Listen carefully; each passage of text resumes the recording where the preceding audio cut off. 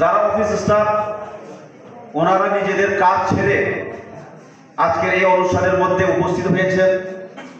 তো আজকের সময়টা খুবই কিন্তু ইম্পর্টেন্ট।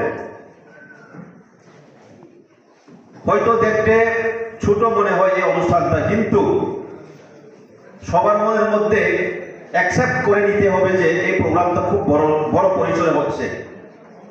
কারণ অ্যান্টি ড্রাগস সম্পর্কে যারা ইয়ট বা যারা যুবক তাদেরকে সচেতন করে তোলা এবং বিভিন্ন ক্লাব থেকে আগত তাদেরকে অ্যাওয়ারনেস করে তোলা, যাতে নিজের ক্লাবে গিয়ে নিজের গ্রামে গিয়ে সবাইকে যেন আবার নতুন করে মেসেজ দিয়ে অ্যাওয়ারনেস করে তুলে, তার জন্যই কিন্তু আজকের এই প্রোগ্রামটা হচ্ছে।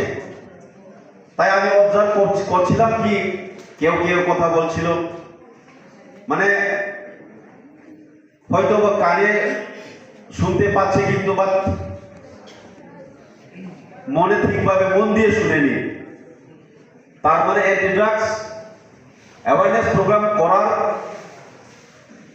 অর্থহীন থেকে যাবে যদি আপনারা যারা ছোট ছোট ছেলেমেয়েরা যদি ঠিকভাবে না শুনে না শেখে আজকের এই প্রোগ্রাম করার অর্থহীন হয়ে দাঁড়াবে।